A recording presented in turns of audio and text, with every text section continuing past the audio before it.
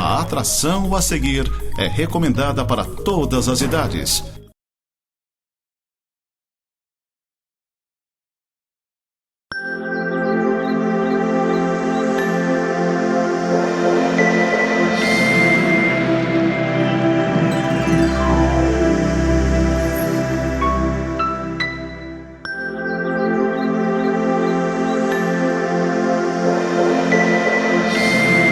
Olá, seja bem-vindo ao programa Semeando para a Vida Eterna.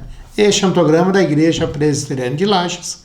A Igreja Presbiteriana de Lages fica na rua Fausto de Souza, número 353, no centro, ao lado do Seja, em frente da concessionária Honda Motos, quase esquina com a rua Correia Pinto.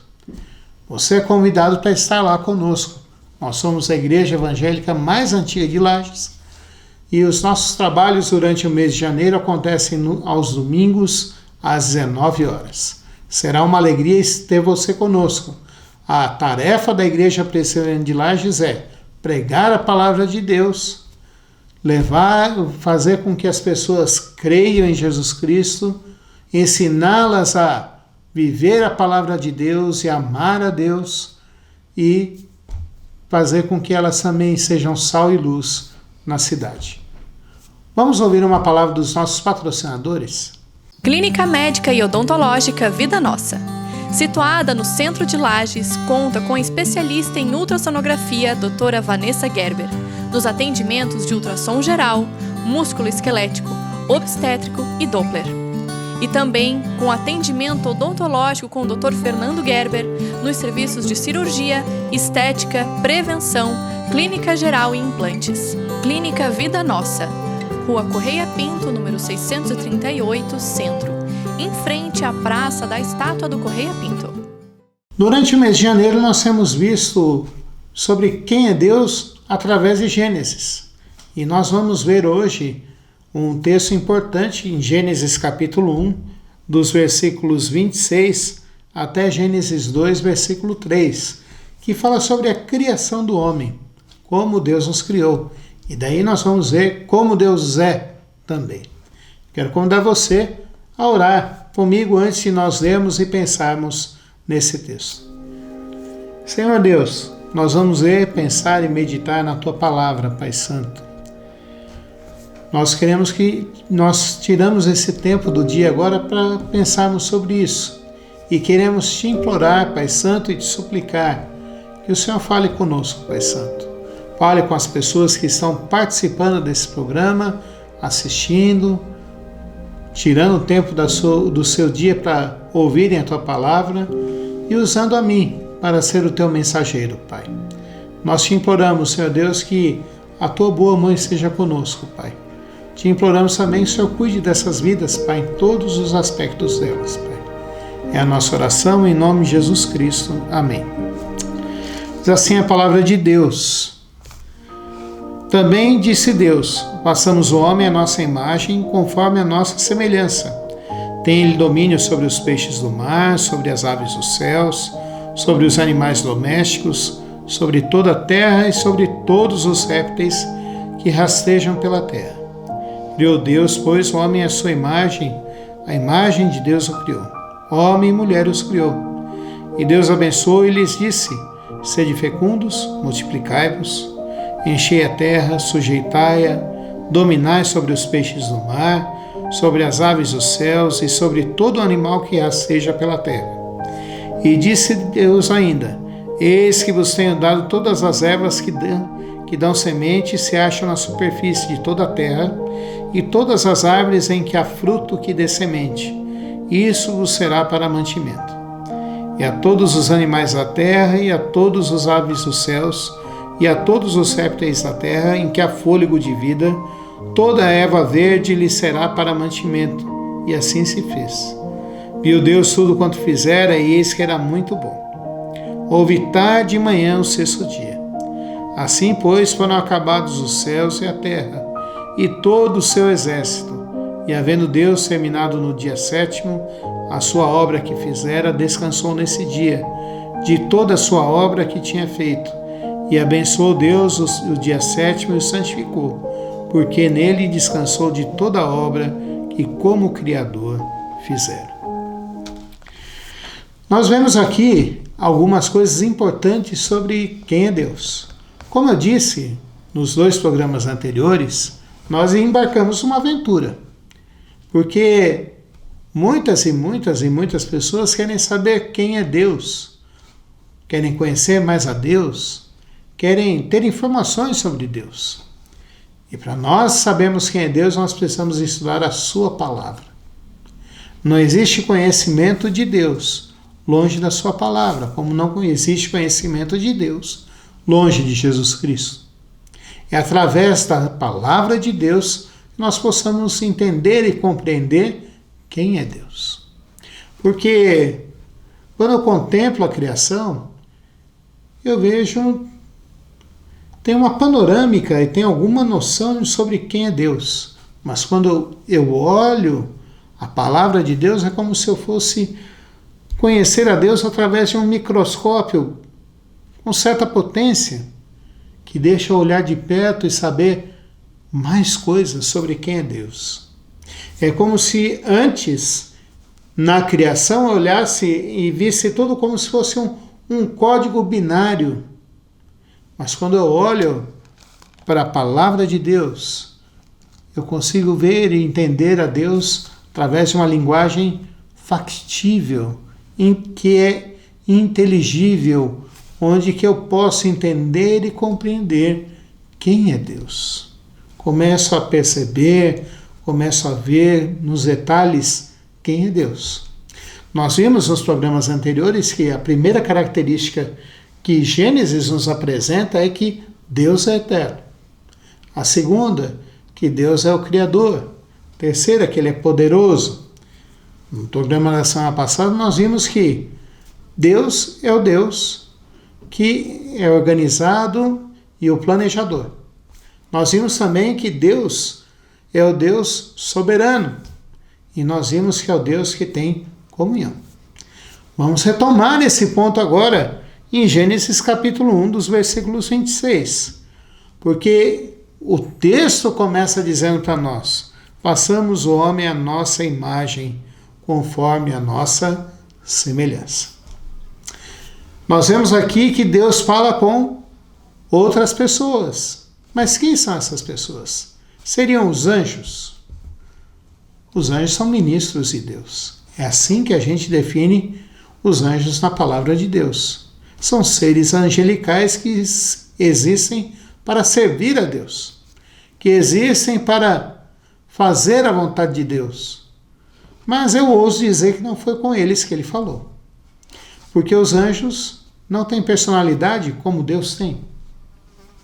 Será que ele falou isso com o restante da criação? Não. Porque nenhuma das outras criaturas que Deus fez tem sabedoria, tem conhecimento, tem entendimento. Nós vamos ver que nenhuma dessas pessoas ela sem alma ou espírito, conforme você quiser chamar. Mas com quem ele falou então? Ele falou com a Trindade, Jesus Cristo e o Espírito Santo. Foi com eles que ele falou. Ele falou: façamos o homem à nossa imagem e semelhança. É interessante você pegar aqui no capítulo 2, o versículo 7, que dá uma noção melhor sobre isso, que explica melhor esse texto. Moisés tem um estilo de escrita que ele primeiro fala da ideia central e depois ele vai detalhando tudo o que ele vai falar. E no capítulo 2, versículo 7, ele explica sobre isso. Então formou o Senhor Deus ao homem do pó da terra, e lhe soprou na narina o fôlego de vida, e o homem passou a ser alma vivente. Nós somos parecidos com Deus porque nós somos alma vivente. Jesus Cristo definiu o próprio Deus como Espírito. Ele estava tendo uma conversa com uma mulher samaritana. Os samaritanos eram pessoas que, na sua origem, foram judeus, mas se separaram do povo judeu e por se separarem foram odiados pelos judeus tradicionais. E essa mulher perguntou para Jesus Cristo onde que eles deveriam adorar. Os samaritanos tinham feito um altar num monte e durante muito tempo ofereceram um bezerro de ouro lá, retomaram o erro do povo judeu quando saiu do Egito, fizeram um bezerro de ouro e adoraram aquele bezerro de ouro ali em Samaria. E os judeus adoravam em Jerusalém. E essa mulher samaritana perguntou para Jesus Cristo, onde nós devemos adorar? Em Samaria ou em Jerusalém? E Jesus Cristo falou para aquela mulher, mulher, nem em Samaria, nem em Jerusalém. Deus é espírito, importa que os seus adoradores o adorem em espírito e em verdade. É interessante que no relato da criação, na Bíblia, nenhum outro animal recebeu esse privilégio de Deus soprar nas narinas dele e ser alma vivente. Nós temos essa distinção. Deus é espírito. No relato da criação do homem, nós entendemos que Deus é espírito. Deus é eterno, Deus é espírito. É por isso que a Bíblia fala, lá no livro de Crônicas, quando Davi fala sobre levantar um templo em Jerusalém, e ele deixou todas as coisas preparadas para que seu filho Salomão levantasse esse templo. E ele mesmo fala assim, Deus é espírito e não pode estar contido num lugar em que os homens fizeram. Deus é espírito. Deus é diferente de nós que somos corpo. Nós somos corpo e espírito. Nós somos corpo e alma. Nós temos uma parte material e uma parte imaterial. Deus é diferente da gente. E é por isso que a gente não deve representá-lo através de figuras ou de estátuas ou de desenhos. Podemos até usar para ilustrar, mas a gente sabe que aquilo ali é muito pequeno e não representa Deus. A gente até faz isso para que as pessoas possam entender. Paulo, pastor, há vários lugares na Bíblia onde que Deus aparece e toma forma de objetos. Sim, a gente chama de teofanias. Tá? É algumas coisas que têm semelhança, que lembram a Deus, mas não são Deus. Moisés falou com a sarça ardente é um símbolo da presença de Deus ali. Não é à toa que o símbolo da igreja presbiteriana é uma sarça. Foi uma teofania de Deus. Tá? Mas aqui continua dizendo aqui para nós, Deus tem o domínio sobre todas as coisas. Ele tem o domínio sobre tudo o que foi feito. Deus também mostra aqui para mim e para você, nesse relato de Gênesis capítulo 1 e capítulo 2, que eu e você fomos feitos para termos domínio sobre todas as coisas. É interessante a gente pensar em algumas coisas. Eu tive a graça de Deus de ter um filho. Ele nasceu semana passada. Nasceu agora, aqui há uma semana, 2 semanas atrás. E quando foi o último ultrassom dele, nós fomos lá, o médico que estava fazendo o ultrassom falou assim, esse menino tem uma cabecinha grande. Daí eu virei para minha esposa e falei assim, ele tem a quem puxar, doutor. Ele tem a quem puxar.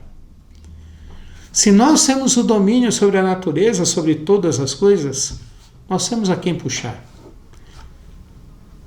Na teologia nós chamamos isso aí de mandatos. Foram autorizações que Deus nos deu para fazermos.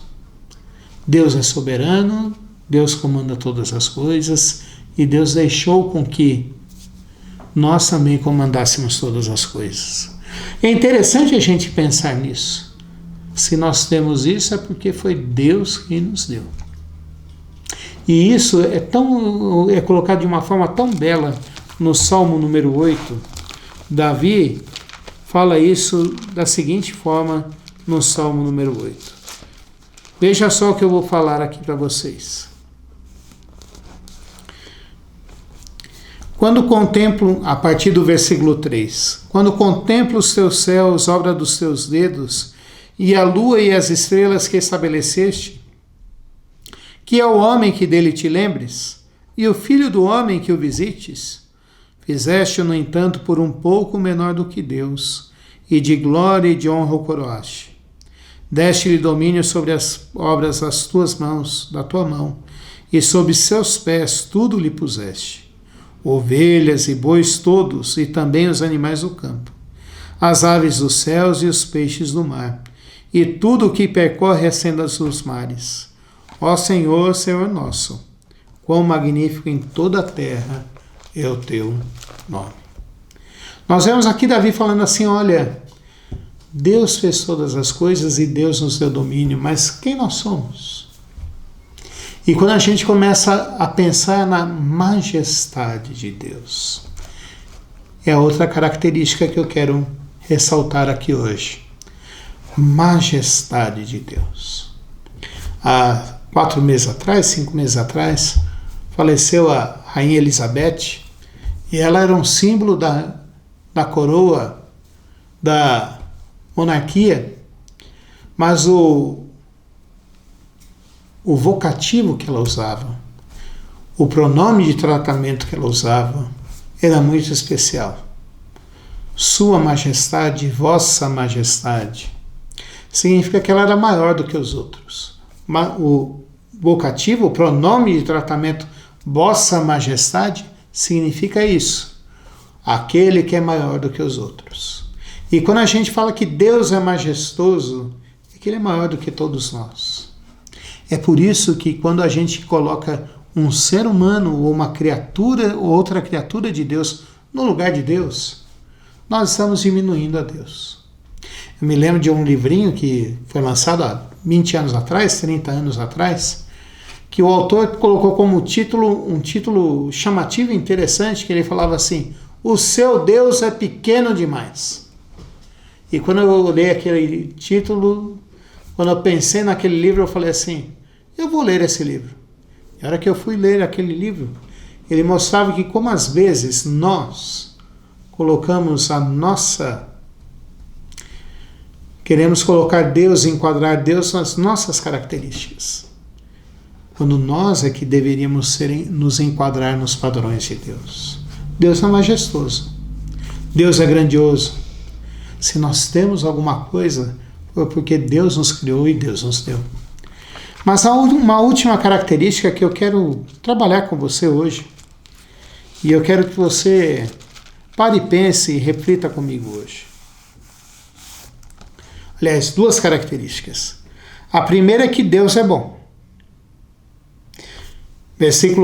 Capítulo 1, versículo 31 diz assim, viu Deus tudo quanto fizera, e eis que era muito bom. Na nossa tradução a gente não consegue perceber aqui, mas no original há mais força nesse muito bom. É muitíssimo bom, é um superlativo. Significa que Deus, tudo que Ele fez foi muitíssimo bom. Tudo era perfeito. Deus é bom. Apesar de nós, apesar de tudo que aconteceu, as coisas ainda continuam sendo boas. Deus é bom.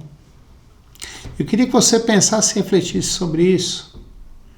Não é porque as coisas aqui estão más, estão difíceis, não é porque você está passando por tempos terríveis, que às vezes você pode estar passando por isso, que Deus deixa de ser bom. Deus é sempre bom. Ele fez todas as coisas perfeitas. Nós é que estragamos quando chegamos por perto. Mas a última característica que eu quero pensar aqui com você hoje, e desculpa por passar rápido no Deus ser bom, mas essa outra característica vai mostrar que Deus é bom também. Deus é bom porque fez com que nós tivéssemos já preparados um tempo para descanso. Todos nós trabalhamos e devemos trabalhar. Nenhum de nós devemos ficar sem fazer nada. A Bíblia é cheia cheia de mensagens dizendo que nós devemos exercer nossos talentos, nossos dons, aquilo que Deus tem feito para nós. Mas a Bíblia também diz para nós que Deus preparou para a gente um tempo de descanso. Porque se nós não descansarmos, nós vamos pifar, nós vamos adoecer, nós vamos ter problemas sérios de saúde. Vamos acabar com a nossa família também. Vamos acabar com a nossa saúde física, intelectual e emocional. Nós precisamos de tempo de descanso. E Deus já providenciou para isso. Por isso que Ele é bom. É mais um motivo para nós dizermos que Deus é bom. Então eu queria começar a fechar aqui sobre essas características de Deus aqui que nós vimos, começar a pensar aqui e fechar sobre elas. Nós vimos que Deus é Espírito. Então, por mais que eu tente achar Deus num pedaço de pau, num pedaço de pedra, tentar achar Deus na natureza, tudo isso vai expressar quem Deus é, mas não é Deus. Para nós encontrarmos Deus e acharmos a Deus, nós precisamos de Jesus Cristo. Ele mesmo falou, quem conhece a mim, conhece o Pai. Se a gente quiser conhecer mais a Jesus Cristo, nós precisamos, que é a exata expressão do ser de Deus, se nós quisermos conhecer mais a Deus, nós precisamos conhecer a Jesus Cristo. Conhecendo a Jesus Cristo, a gente conhece o Pai. Filipe, um dos discípulos de Jesus Cristo, chegou para ele e falou assim, mostra-nos o Pai. E foi aí que Jesus Cristo falou para Filipe, quem conhece a mim, conhece ao Pai. Jesus Cristo é o Deus encarnado. É a segunda pessoa da Trindade que veio ao mundo para viver, morrer e nos salvar. Se você quiser conhecer mais profundamente a Deus ainda, você precisa de Jesus Cristo para conhecer mais a Jesus Cristo. Mas nós vemos aqui também que Deus nos fez uma diferença. Deus fez com que nós sejamos espírito também. Não somos só parte material, mas somos parte imaterial também. Nós temos uma capacidade, vivemos em comunhão com Ele. Então busque a Deus, busque a Jesus Cristo, se aproxime de Jesus Cristo e viva em comunhão com Ele. Por último, creia que Deus é bom. Por mais que as dificuldades aqui apareçam, lembre-se, Deus é bom. Por mais que a sua vida seja difícil, que haja problemas na sua vida, Deus é bom. E Deus vai dar descanso para você. Pode ser que não seja agora, mas nós temos o descanso eterno prometido para aquele que crê em Jesus Cristo. Vamos orar? Senhor, nós vimos que o Senhor é o Deus único e verdadeiro, que o Senhor Deus cuida de nós, que o Senhor nos criou. Vimos que o Senhor é Espírito, Pai. Vimos também, Senhor Deus, que o Senhor nos fez parecido contigo, Pai. Vimos que o Senhor nos fez para termos comunhão contigo, Pai. Vimos também que o Senhor é bom, Pai. Faz com que entendamos e guardemos isso no nosso coração. Te imploramos que o Senhor cuide das pessoas que estão ouvindo essa palavra, que elas busquem conhecer mais a Jesus, busquem conhecer mais o Senhor, mas te imploramos também que o Senhor cuide delas agora, Pai. Cuide da sua saúde física, cuide, Senhor Deus, das suas emoções, dá perdão para elas, faz com que elas perdoem os outros, Pai. Abençoa também, Senhor Deus, suas famílias, Pai. Dá emprego para eles, dá um teto para morar, dê comida, dê vestimentas, Pai. Abençoa-os, Pai. É a nossa oração, Senhor Deus, em nome de Jesus Cristo. Amém. Que Deus te abençoe e até o próximo programa. Não tenha sobre ti um só cuidado, qualquer que seja, pois somente seria muito para